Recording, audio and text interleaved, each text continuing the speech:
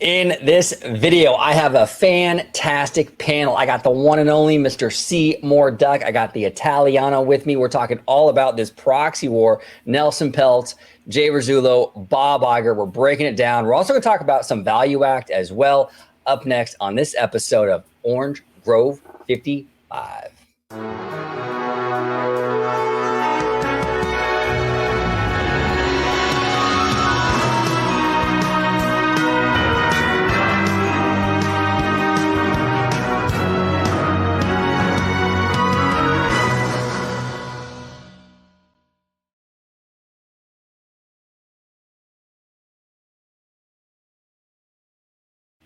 Welcome aboard, everybody, to this episode of OG55. We are going to dive into the festivities today, but before we do so, I want to introduce my fantastic panel. We got the Italiano, the Joe Pesci of Diz YouTube. Mr. Italiano, welcome back, sir. Thanks for having me on. This one, I feel is going to be a spicy topic today, but you know what? That's okay, because I'm Italian. I like the spicy stuff. You know, it's a spicy meatball. Yeah, exactly. If you can let everybody at home know where they can find you on social media. Absolutely. You can find me on X, formerly known as Twitter, at Disney George.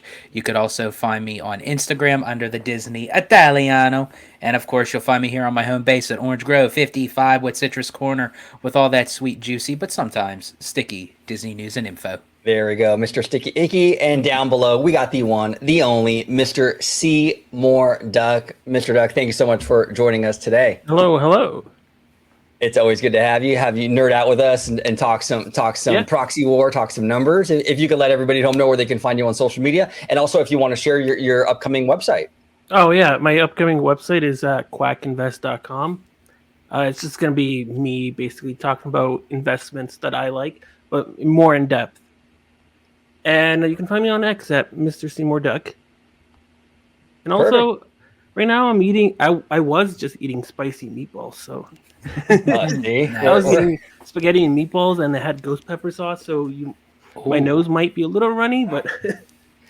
Nice. See, we're all on brand today. We got a very much Italian thing going on right now. This is great. Love it. All right, so we're going to start off. We're going to start the festivities off. Disney released a pretty scathing attack on Peltz, Rasulo, and the Trian group today, a kind of like a political style attack ad, really. So what I'm going to do is I'm going to go ahead and play the ad. Now, it's only a couple of minutes.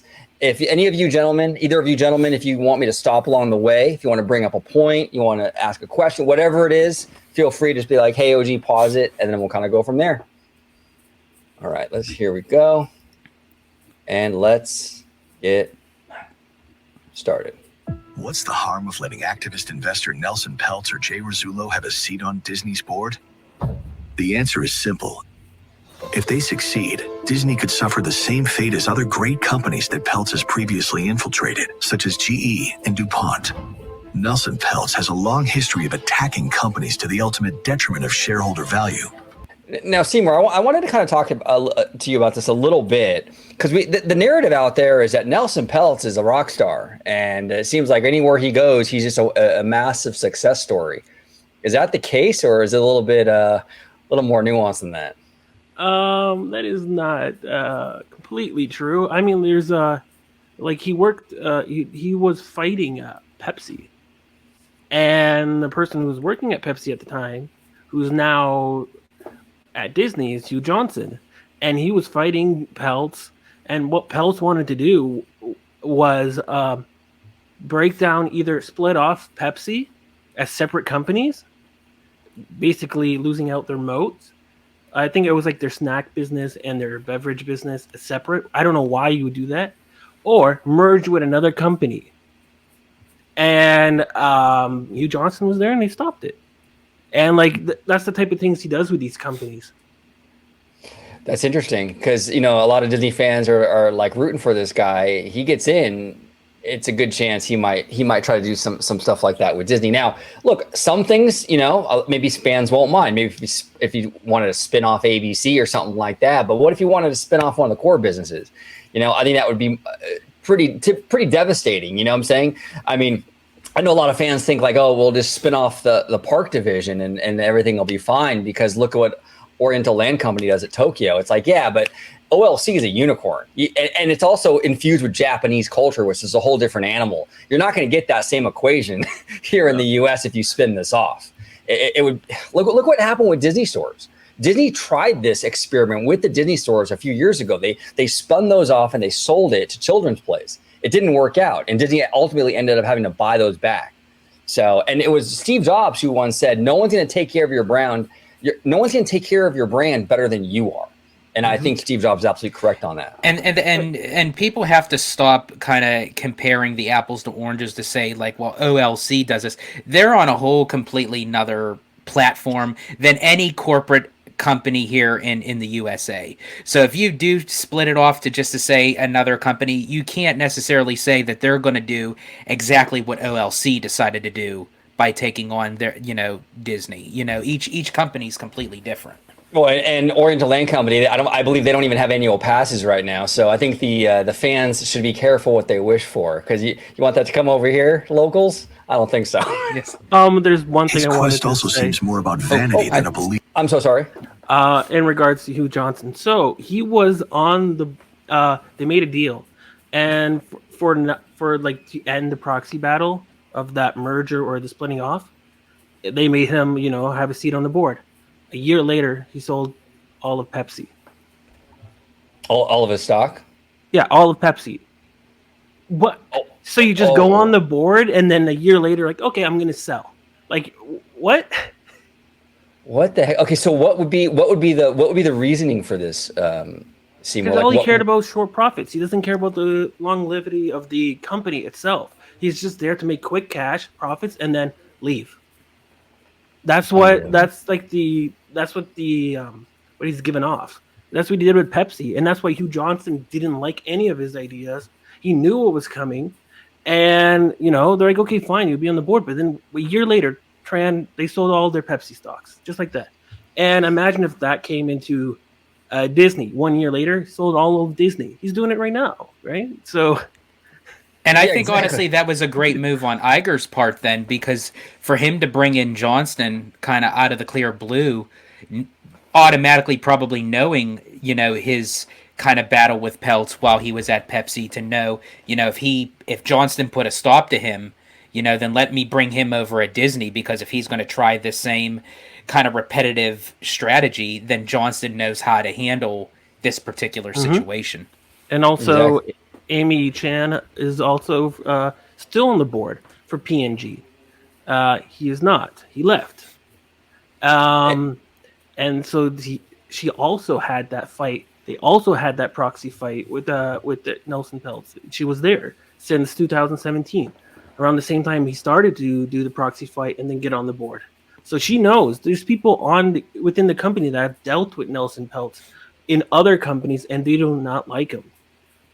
Wow. Fascinating. Beef in Disney. Why else would he sell 500,000 Disney shares over the past 6 months in the middle of his proxy fight? Plus, he has no media expertise and no experience in running a global entertainment company powered by creativity. They said I have no media experience. I don't claim to have any.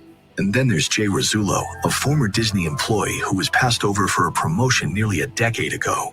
He hasn't been employed since leaving Disney, and the last time he joined the board of a media company, the stock tanked. What's more, Peltz and Rasulo have teamed up with another disgruntled former employee. I think Disney, I think they watch OG55, because we talk about these two guys as disgruntled employees all the time. I'm kidding. They probably don't, but it is kind of funny because we've done so many videos on this. They're like, yeah, these are just disgruntled employees, like sour grapes. And that's what it comes off as to me, with this Rasulo and this Perlmutter thing. Perlmutter has an axe to grind with Bob Iger. Why would you want him involved in the company at all? He's got a vendetta. Like that's not good. That's not a good energy to bring into this equation. You want constructive pushback. You don't want a personal thing. Yeah, and sorry.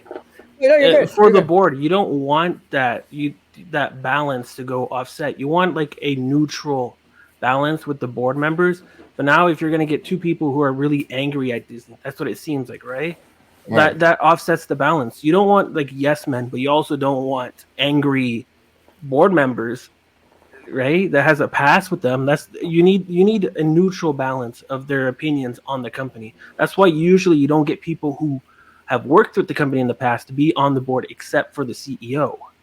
But that's why you see all these various different companies, for the board members from Lululemon, Nike, like vast variety, because their opinions are not within Disney, but as to what's the best for the shareholders, and that's what you need. Well, and Seymour, the narrative out there from the Peltz fans is that it's suspect that Iger wouldn't want two hostile people on his board.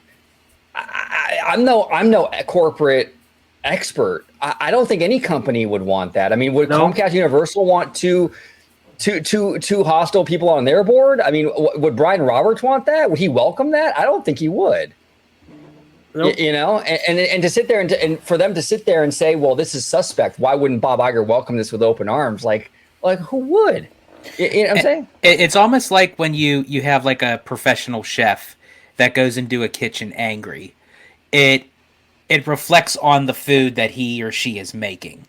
And it's like you have to be in a good headspace, in a good positive type of mood that it reflects on your product, your finished product. That's sort of the same thing here. Like you get these people in to the board that has nothing but kind of hostile, negative tendencies or bad blood, or as you mentioned, OG sour grapes with Iger or the company. It's not a great start. You want someone that's going to come in and say, you know what, things need to be fixed, things need to be changed. Here's my approach. Let's do this. These people are wanting a seat on the board for all the wrong reasons, and it's not to better the Walt Disney Company. People are saying that Iger doesn't care about the company. It's for himself, whether or not that is true or not, in his own mind. But these people sure as hell aren't going in for the right reasons for the Walt Disney Company. Yeah, I know. People, the Peltz shills, they make Peltz sound like he's like, this selfless good Samaritan just out here to help good old Walt and his legacy. It's like, come on, you guys. You really believe that? You really freaking believe that? It's unbelievable.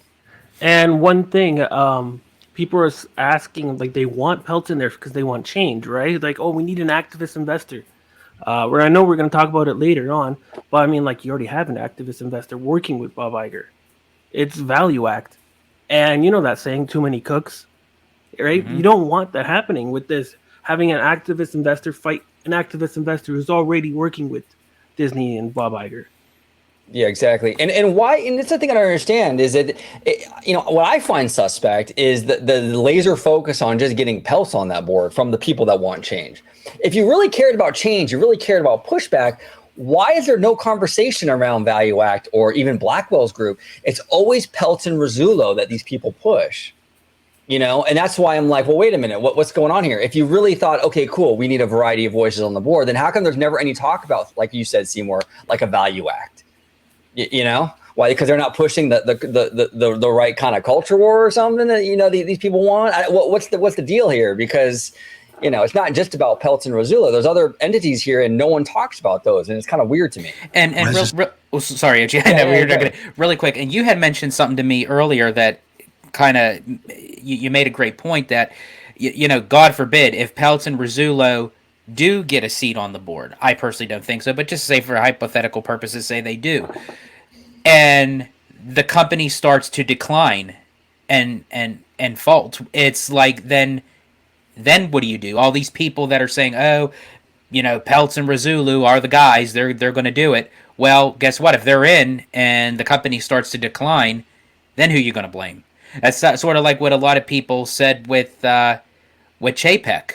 People were bashing Chapek like crazy. Well, he's out of the company now. Now who do you go to? Oh, okay, well, let's go to Bob Iger. Okay, well, once Bob Iger's gone, okay, now you're going to have Peltz and Rasulo. And it's like, oh, well, we can't have them in there. Well, I'm sorry, aren't these the same people that have been wanting them to have a seat on the board the whole entire time? It's like, it's a contradiction. Yeah, exactly. His own lengthy record of destructive behavior inside Disney. Perlmutter has a well-documented grudge with Disney CEO Bob Iger. This sort of personal animus in the boardroom is more than disruptive, it can be destructive. especially at this critical time when, despite all of these distractions, Bob Iger and his management team have engineered an ambitious plan to build Disney's future, positioning the company for a new era of sustained growth and value creation. The last thing that we need right now is to be distracted in terms of our time, our energy, by an activist or activists. In fiscal 2024, they expect cash flow to exceed initial projections and have set a target of $3 billion in stock repurchases. The board also declared a cash dividend of 45 cents per share, an increase of 50% versus the last dividend paid. After a year of significant fixing that made way for a new era of building for growth, the Walt Disney Company has turned a corner and is focused on creating lasting long-term value. And just to be clear, when Bob Iger said we're out of the fixing stage into the building stage, that doesn't necessarily mean that we're not going to ever fix again. You know, because like, yes, they are still. When you enter a new era, fixing doesn't necessarily completely stop either. You know what I'm saying? Like you can kind of walk and chew gum at the same time. But the overall kind of direction right now is building and building back. Yes, there will be examples of a layoff here, a layoff there, you know, because Bob Iger, like you said, Seymour, Bob Iger also promised accountability. And we're seeing that now, which is good. He's keeping that promise. So I just wanted to get, set the record straight on that it's not just when he said the building era, it doesn't mean that all fixing comes to a complete and total halt. That's a completely unrealistic expectation. This value is reflected in the recent stock performance, improved operating income, as well as the strategic moves recently made by the company, such as the collaboration and equity stake in Epic Games, the upcoming release of Moana 2, Taylor Swift's The Eras Tour coming to Disney Plus, and more. The Disney board is always open to good ideas from engaged shareholders, but a quick glance at Peltz's white paper will reveal a surprising number of questionable proposals that... Well, and a quick glance at Nelson's white paper, it might look pretty familiar, right, Seymour? Oh, yes. You know what I'm talking about? And we'll get into that. I actually do have the slides from the other thing that he copied from, but even the white paper is 100%.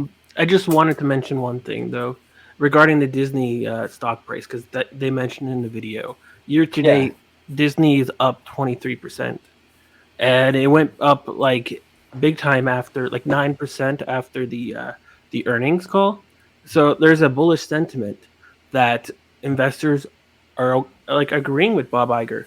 Even today, when this video came out, it was like 1.5 to 2%. The stock went up because the shareholders are agreeing. They're buying in and agreeing with Bob Iger's plan here. If you're not, then it should go down, but it's not. And specifically today, like this video went up 2% instantly. It's because they're believing in the plan. They see this type of things and they're like, okay, we're in. We look at other companies like Tesla and they're down like 28% this year. That means like the sentiment is very bearish. They're not bullish. They're not liking what he's doing with the company, and things need to change. Here, they don't want things to change. They want to go what his plan is. Yeah, exactly. No, well said. And a lot of people are kind of criticizing this ad as being too aggressive. And like, why is Disney doing this? If it looks like they're scared. Here's the thing. Here's my response to that. Even when you're in an election, okay, you don't stop campaigning just because you're in the lead in the polling. Yes, Bob Iger, whether you like Peltz or hate Iger, whatever, he is in the lead. The momentum is on Disney and Iger's side right now. It just is. It's a reality on the ground. I'm sorry to all the Peltz shills. It just is. Okay, the stock has rebounded. It's maintained its gains really since that earnings call. The 9 grandkids came out against these activist investors. The momentum is on Bob Iger's side. So yes, Iger is technically winning, but that doesn't mean that you cease all campaigning and you just stop and you rest on your laurels and hope for the best. You still campaign. You still go on. Now, is Disney scared? Probably to some degree, and yes, they probably should be. I'd be more worried if they weren't scared at all and didn't take it seriously. I'm glad they're taking it seriously, and I'm glad this ad is really aggressive. It should be aggressive. Peltz and Rasulo, they're not going to play nice. They're not going to, with kid gloves, you got to push back on this stuff. You know what I'm saying? This is big stuff, and you can't just be nice and just sit on the sidelines. You know, go ahead, George. And people automatically think that if Disney isn't walking them through step for step on a day-to-day basis, that they're not doing anything to fix anything internally within the company. It's what it is today's time with social media and technology, everything is at our fingertips. You know, you go on your phone, you can see breaking news, you could see, you know, worldwide, you know, topics that are being discussed. Everyone got so used to that. But if you really think all the way back, you know, even before AOL dial-up, you know, it's like when things happened, they just happened. And when Disney was ready to make an announcement on something, we as fans just went with the flow. But everyone is kind of attaching social media to, okay, well, we need to know everything.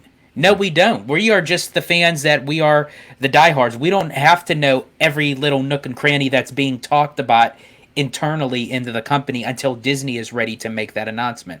So it's like, do we have concerns? Absolutely. Absolutely. But it's like, you know, we can voice our opinions, but at the end of the day, and I've said this before, you've said this before, Seymour has said it before, and many people that's been on this channel have said it before. The Walt Disney Company is an over 100-year company. Obviously, they've been through the ups and downs before, you know, and they're going to come out of it. It's people just have to be patient, and it's all about the now. And it's like, because social media has given them that option. Yeah. And it's that instant gratification kind of thing. Oh, you know, hey, you didn't fix everything yet. It's like, come on, it takes time, you guys. Surprising number of questionable proposals that reinforces clear lack of experience in media, not to mention a litany of factual misstatements and quite a few proposals that Disney is already implementing. Nelson Peltz and Jay Rasulo threatened to jeopardize the incredible progress the company has made since Bob returned as CEO. At this critical moment, we simply cannot let that happen. The choice is clear. Vote Disney. Yeah, so interesting ad. Overall, I think it was a pretty effective ad, and I think Wall Street would agree. I know there are criticisms of this ad being kind of a political style ad, maybe overly aggressive, but I respect Disney needed to be. You have to be. You have to be. You know, what do you want? You want to just lay down your sword and just kind of like let Peltz walk all over you? This is very effective. I don't know. I think it was a good ad, but overall, Seymour, what were your thoughts on the ad itself? We're voting for Bob Iger, right? For president? Exactly. That's exactly. I don't know. Yes, we are. That's what it reminded me of, because he said he was going to be president back in the day, 2000, like before, like he was going to retire. But yeah, I thought it was a really good video. They need to be aggressive. It's like the saying, don't bet against the mouse, and the mouse will, and the mouse will come after you. It needs to be. It has to protect its IPs. It needs to protect the company. It needs to stand its ground. Or else, what is it doing, right? Yeah, exactly. And now in the 80s, we had a lot of corporate raiders kind of circling the mouse house, and they wanted to snatch up various elements of Disney and pieces of the company and buy them up and sell them off and what have you. The kind of stuff that now fans are like rooting for, which I just have no idea why. This is bizarre to me. But imagine if that did happen, fandom. Imagine if they were successful in the mid 80s or early 80s in doing that, where some other company bought the park division and this, that, and the other. And it's like, you wouldn't have had the Michael Eisner boom, would you, of the 90s, where you had this massive expansion of Walt Disney World and things like that. I mean, that was able to materialize because the company was able to lean into its what is it called? The synergy flywheel that JPEG calls it, right? And thank God they weren't successful. And now we're up against this yet again, where there are people, investors that want to take this company and split it apart.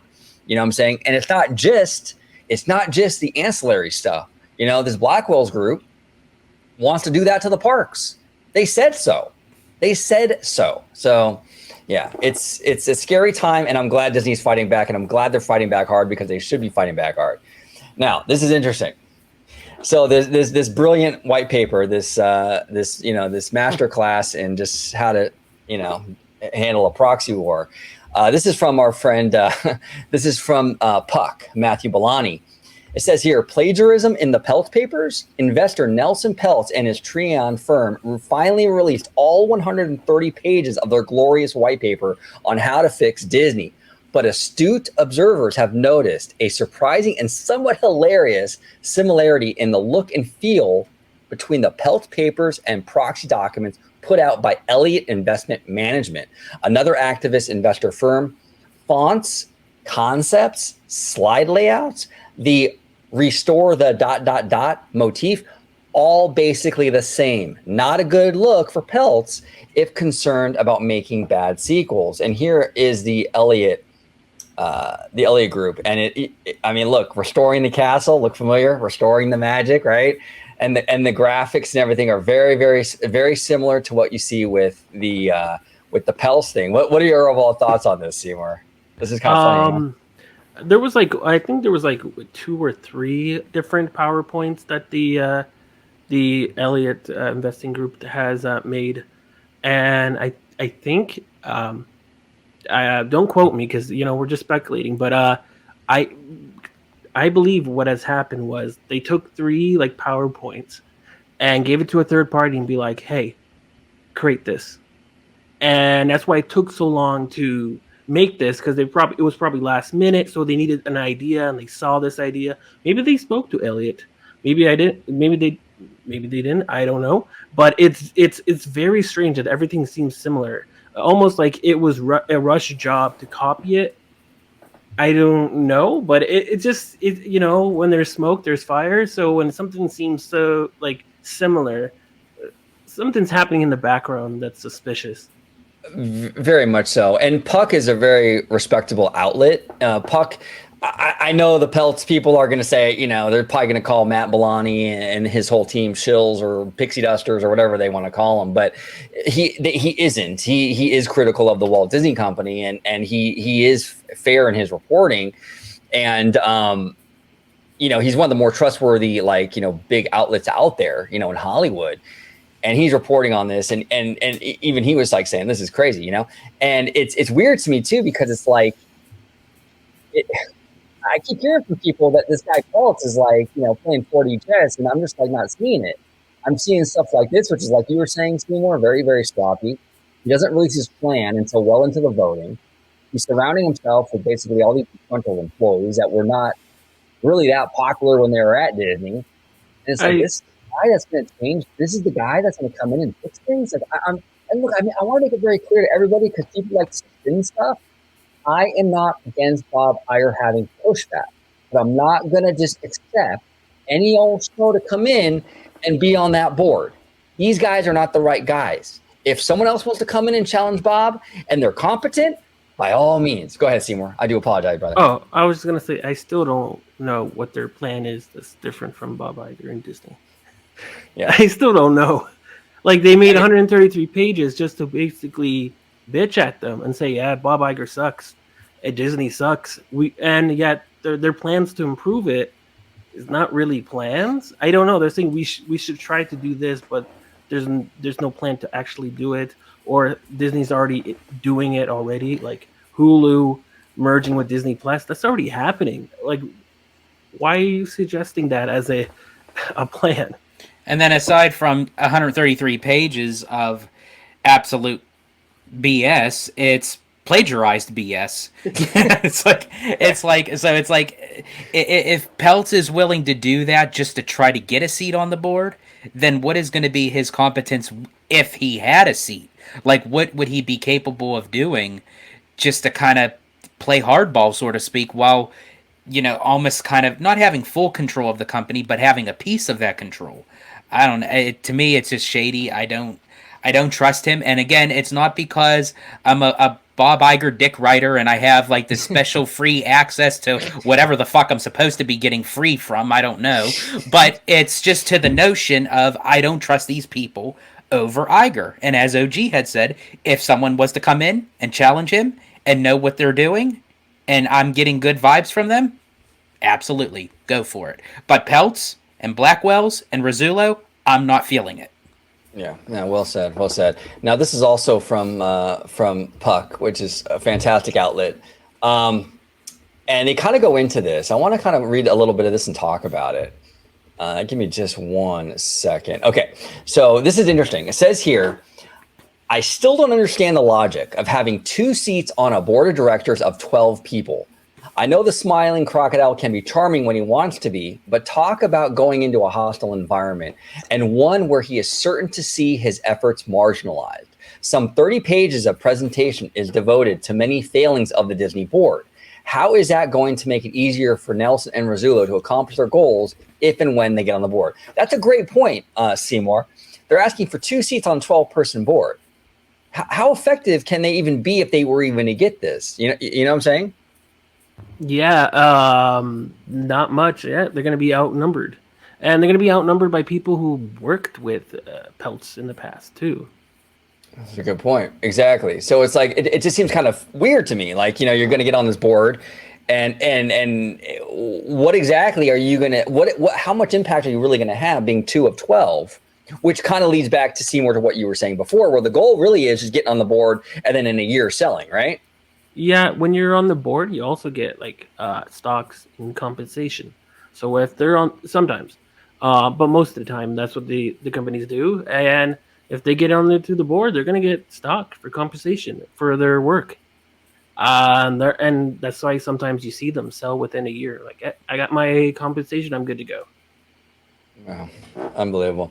And it continues here. It says, and it's not as if other personal strategic initiatives are transcendently brilliant. And we've been saying this, Seymour. We've been saying this on Twitter. This is not a good plan. And people were calling us crazy, like, you don't understand. It's so brilliant. It's not brilliant. Puck is telling you right here, it's not a good plan.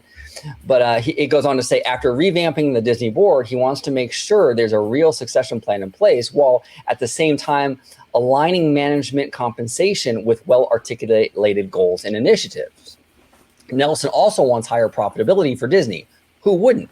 But I'm not seeing the path he is proposing to get there, other than a vague call for Disney's EBITDA margins to resemble those of rival Netflix by 2027. He also seems to be a proponent of jettisoning, I can never say this word, jettisoning to some degree or in some way Disney's legacy linear media assets. But that notion is highly opaque too. He wants to right-size legacy media business cost structure in light of industry dynamics, he wrote, whatever that means. And you've been saying this for a long time, Seymour. I think you just said it a few minutes ago, actually, where he says he wants all this stuff, but there's no plan to get there. Yeah, there's no path. He's speaking word salad, and he's just throwing out there and be like, hey, but there's no path.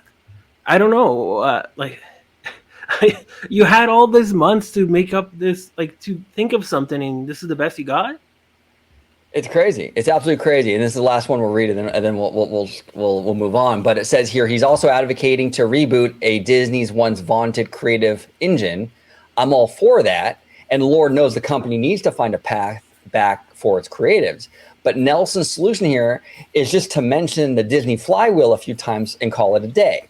The flywheel is broken, Peltz argues. Clever stuff. Finally, he wants to refine the company's strategic goals. For instance, he wants to know how Disney is going to spend the $60 billion that Iger has earmarked for its park business, which we actually got that today, actually. We'll do a video on that soon. But that's a legitimate question for sure, but not one that putting Nelson or Rasulo on the board will help answer. He also hints at wanting to explore strategic alternatives for Disney's non-core linear assets without saying what those are or what exploring actually means. What are your thoughts on that, Seymour? About Again, they're being really vague. They're saying we have a plan, but we're not gonna we're not gonna tell you the path to get there.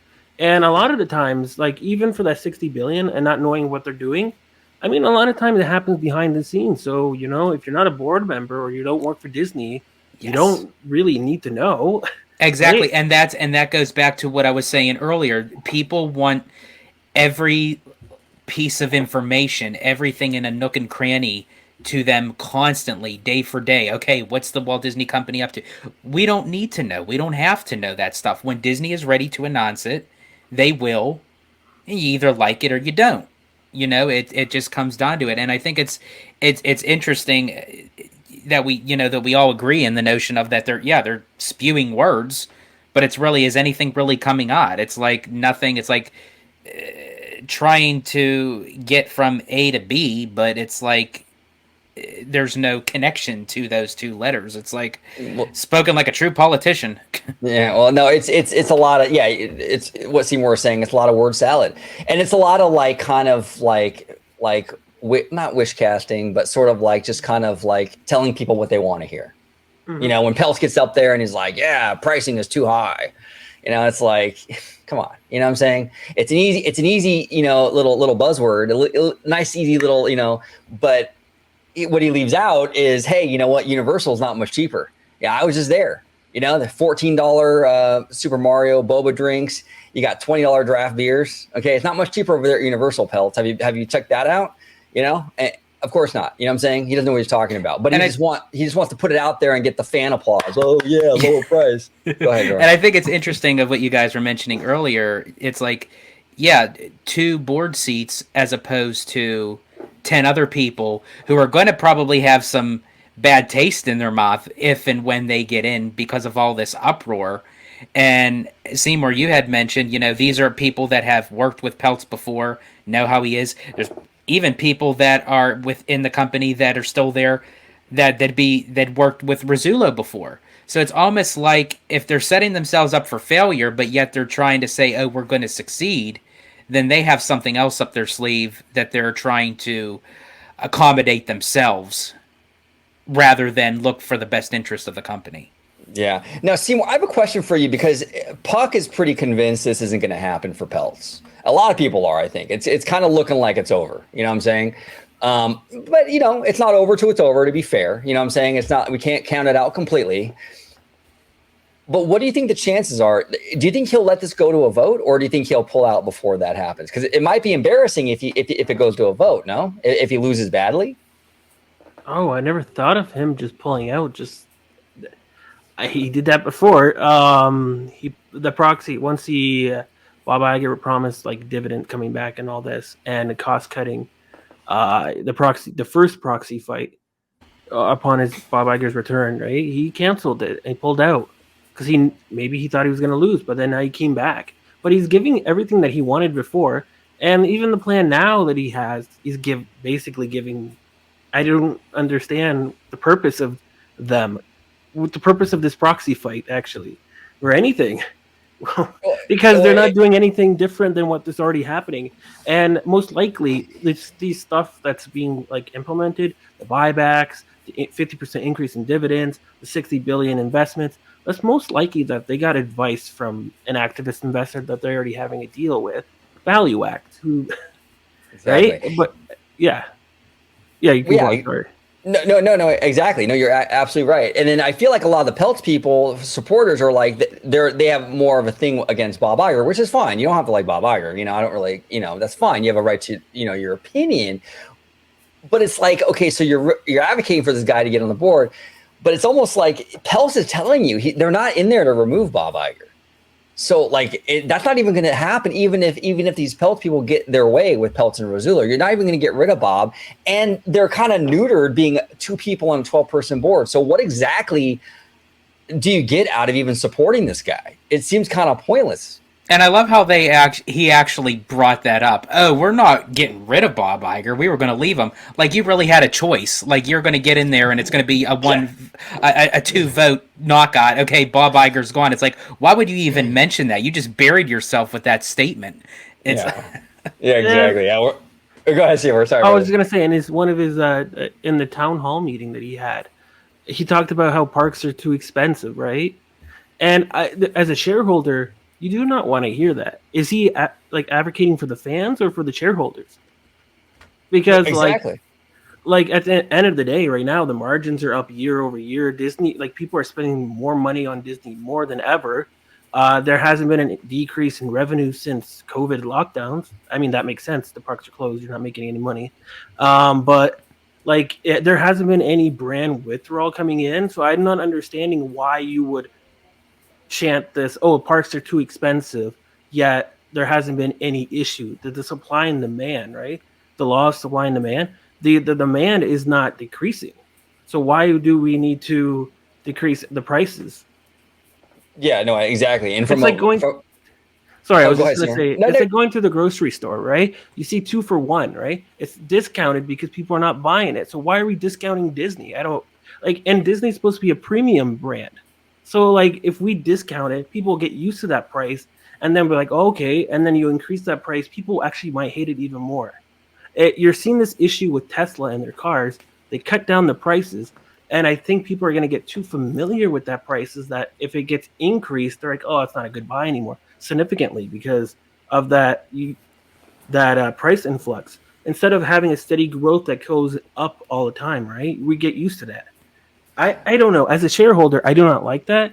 If I was, I'm not a shareholder anymore, but if I was a shareholder for Disney, I would not like that. And the stock price has been going up ever since the earnings. It's not been decreased. So the shareholders are on Bob Iger's side. Like if they didn't like what he was saying, the stock would have plummeted. Oh, it would have gone down by now. Yeah. Absolutely. Absolutely. And it's maintained its hold. And I hear these people on on social media and stuff like, oh well, it's going to go down. Yeah, it'll go down. That's what the stock market does. It'll go down one day. I'm sure, it will. It's going to up and down, but the overall trend is what matters the most, and it's trending in the right direction. And we still got that $3 billion buyback that will increase. That would actually prop up the stock even more. Yeah, exactly. Exactly. So it's fascinating stuff, man. It's fascinating. I want to dip into, because a lot of people aren't really talking about ValueAct, and Seymour, you've been kind of on the forefront of this, and it's fascinating. I think more people need to know about ValueAct. If you can kind of explain to the audience what it is and why we should care about ValueAct. Oh, okay. Yeah, ValueAct is just like it's an activist investor, like Blackwell's train. Like they're similar. Well, their approach is more behind the scenes compared to like Nelson Peltz, where he goes on CNBC every day and complains. They rather work with the board, the CEO, and the company and ensure that everything is going smoothly. They want to give them the credit and ensure everything's good. And it's been working so far. But they are also ruthless. If things needs to, the hammer needs to be slammed, it will. If the company's going off course or something. But usually they're pretty tame and they're pretty, and they work with the company, and that's what you need. You don't need someone coming in here all angry, like, "Hey, fix Disney." No, they're coming in there. They signed an agreement with Bob Iger in the company, and they're working, and you're seeing that progress being made. And you attract more flies with honey than vinegar. Yeah, you just do, right? I mean, they're willing to work with them, and it's not as confrontational. And now they got a seat on. They're in the room with Disney, And I keep hearing all the time. And Nintendo's a fantastic company, one of the best run companies. You know what I'm saying? I keep hearing all the time. Look what Nintendo's doing. Look what Nintendo's doing. But then the same people are like kind of scoffing at ValueAct, like they are involved with Nintendo's successes. Mm-hmm. Like, go ahead, Seymour, if you can kind of explain that, because I don't understand this disconnect where it's like we're gonna praise Nintendo for doing all the right things, but then we're gonna make fun of ValueAct when ValueAct is involved in part of that success story for Nintendo.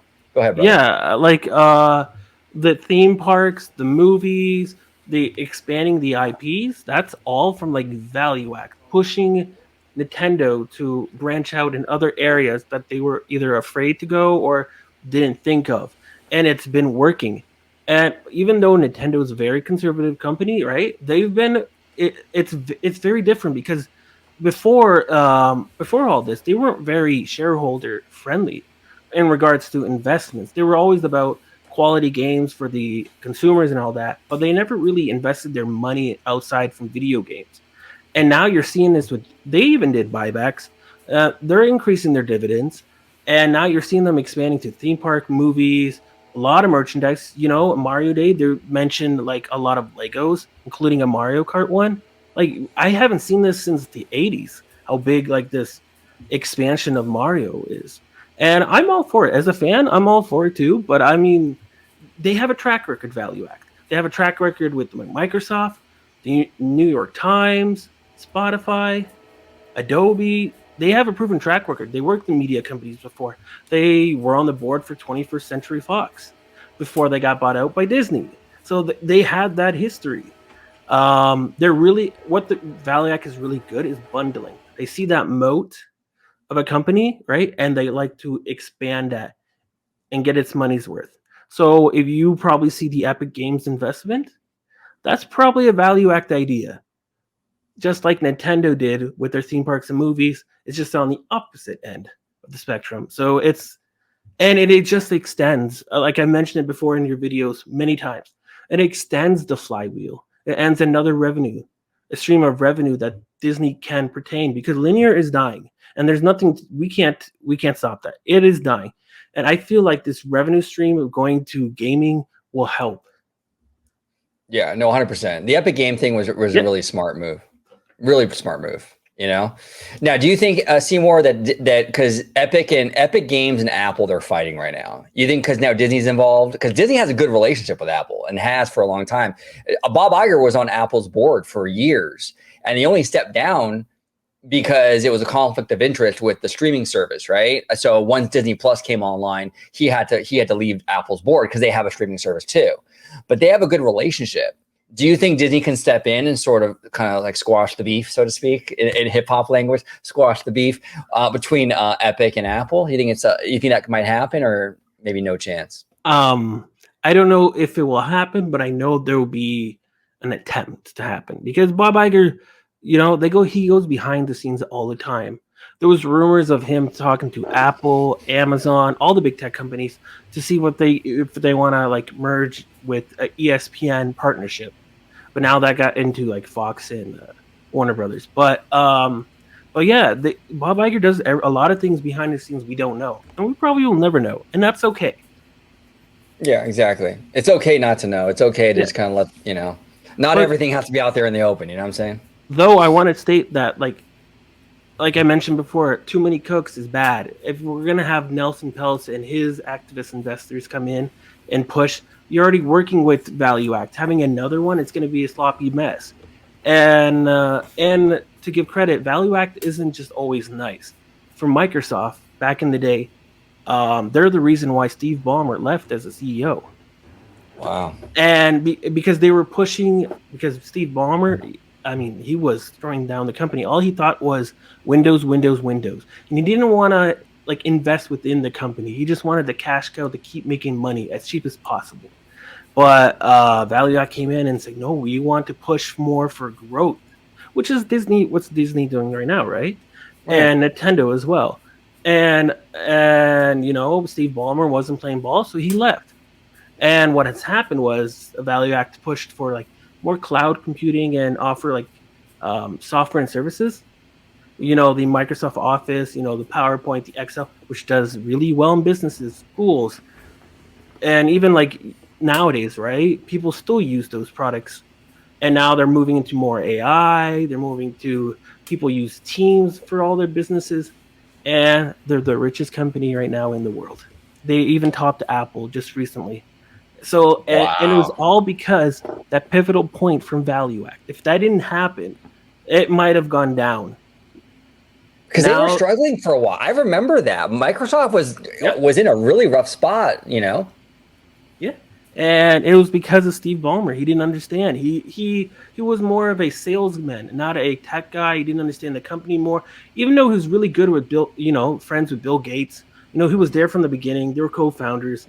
But he was more sales like, and he wasn't like Steve Jobs in that sense where he understood the company so he could sell. He just wanted, it felt like he wanted just to keep that cash and make everything cheaper. It didn't work well with him, and they got a new CEO. He's still the CEO, and he's making big things within the company. Now they have partnerships with like the biggest investment right now is OpenAI. They have a huge partnership.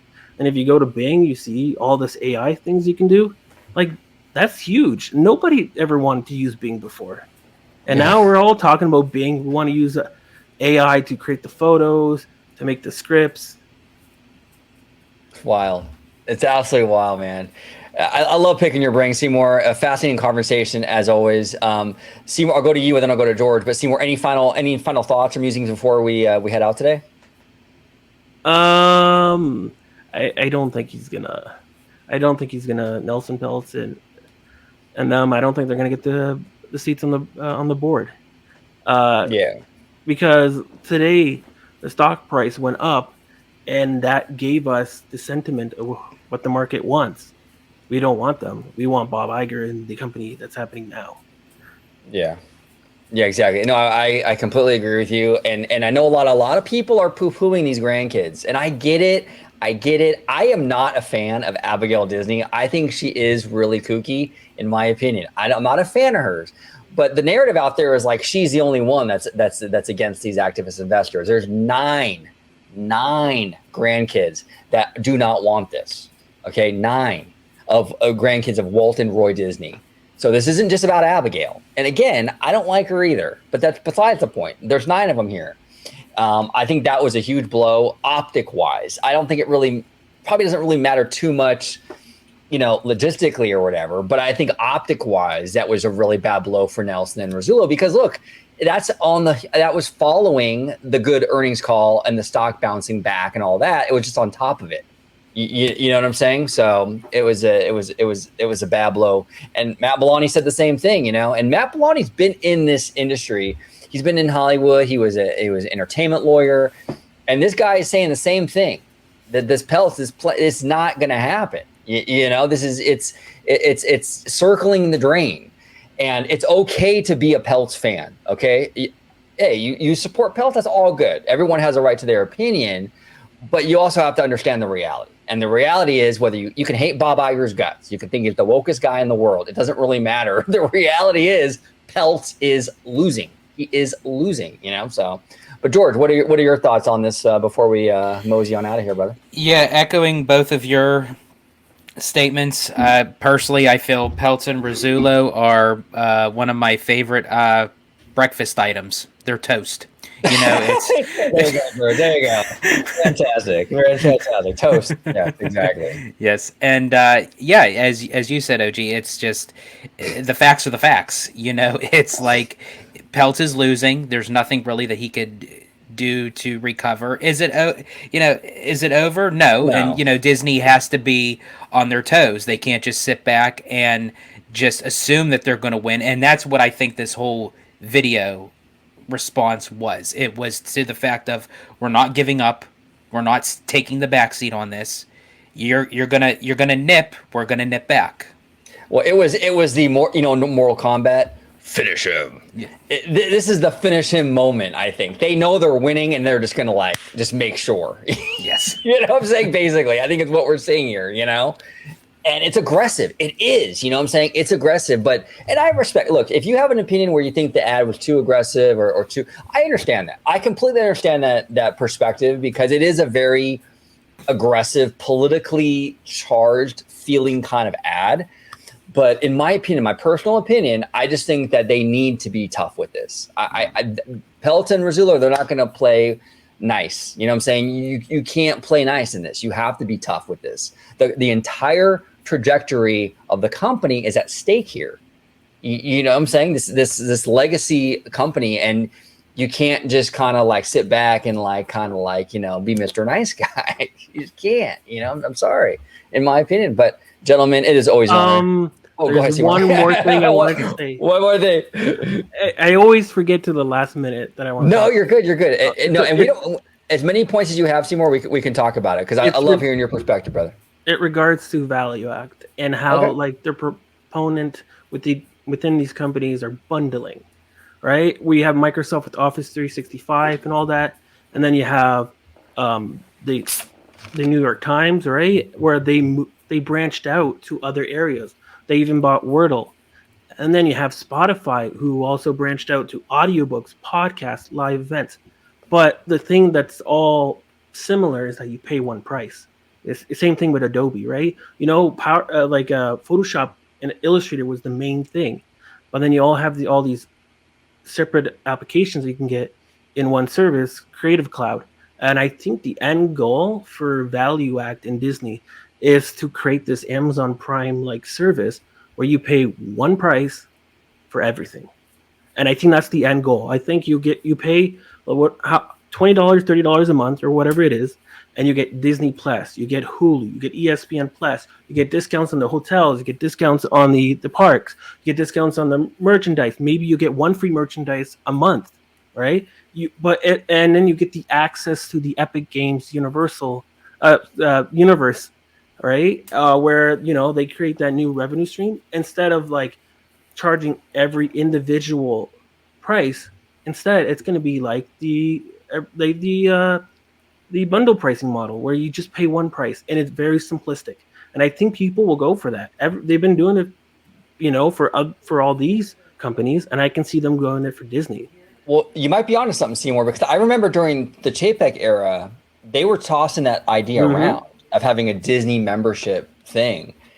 And, and I know Iger was very critical of the Chapek era when he was kind of the outside looking in kind of thing. But he has actually adopted some of the Chapek-y stuff since he's been back. It wouldn't surprise me, Seymour, if they kind of go back to that idea of that Amazon sort of model.